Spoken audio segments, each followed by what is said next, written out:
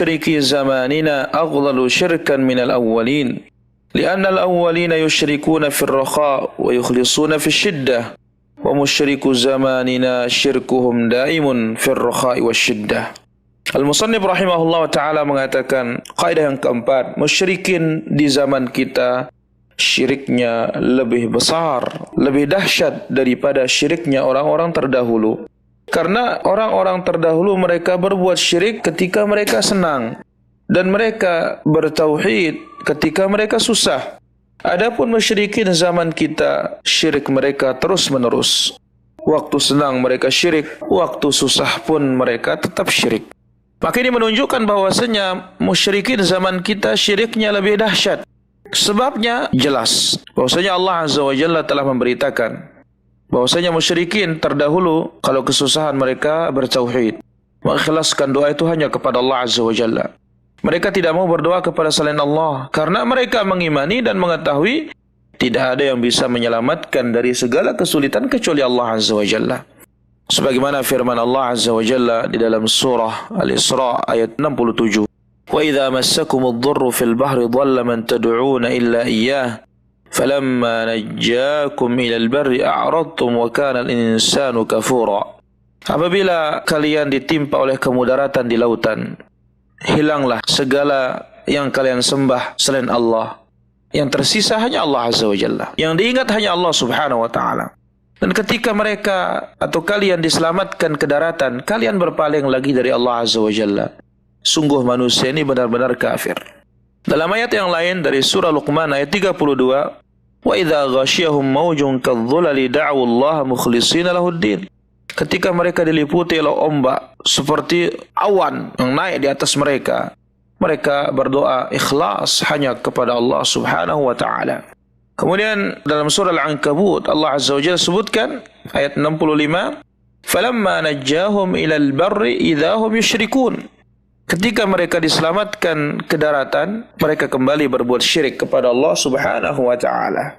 Maka musyrikin zaman dahulu, mereka syirik ketika senang. Mereka menyembah berhala, menyembah pohon kayu, menyembah bebatuan ketika senang. Adapun ketika susah, ketika mau binasa, mereka meninggalkan berhala mereka. Mereka tinggalkan pepohonan, mereka tinggalkan batu, mereka tinggalkan makhluk. Yang mereka mintai hanya Allah Subhanahu wa ta'ala semata.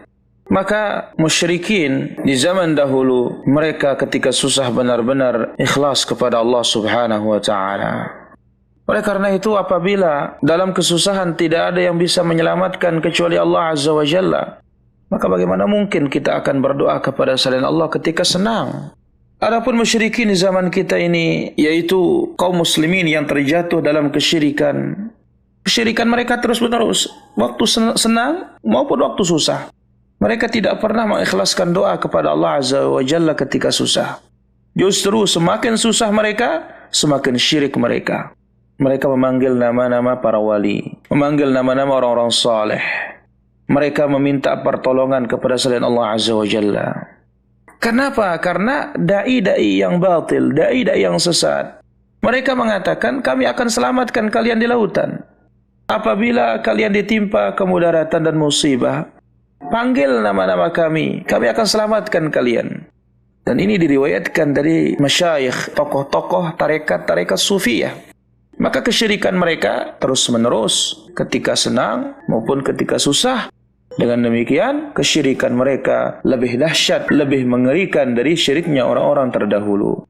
Dalilnya adalah firman Allah Subhanahu wa ta'ala, وَالدَّلِيلُ قَوْلُهُ تَعَالَى فَإِذَا رَكِبُوا فِي الْفُلْكِ دَعَوُا اللَّهَ مُخْلِصِينَ لَهُ الدِّينَ فَلَمَّا نَجَّاهُمْ إِلَى الْبَرِّ إِذَا هُمْ يُشْرِكُونَ.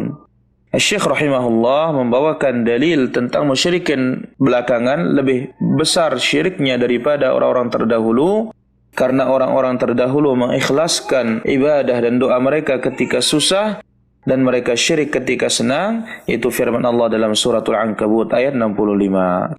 Ketika mereka naik kapal ombak besar, mereka berdoa hanya kepada Allah Azza wa Jalla. Tetapi ketika selamat dan sampai ke darat, mereka berbuat syirik. Inilah dia bagian terakhir dari kitab Al-Qawaidul Arba'. Semoga bermanfaat. Wassalamualaikum warahmatullahi wabarakatuh.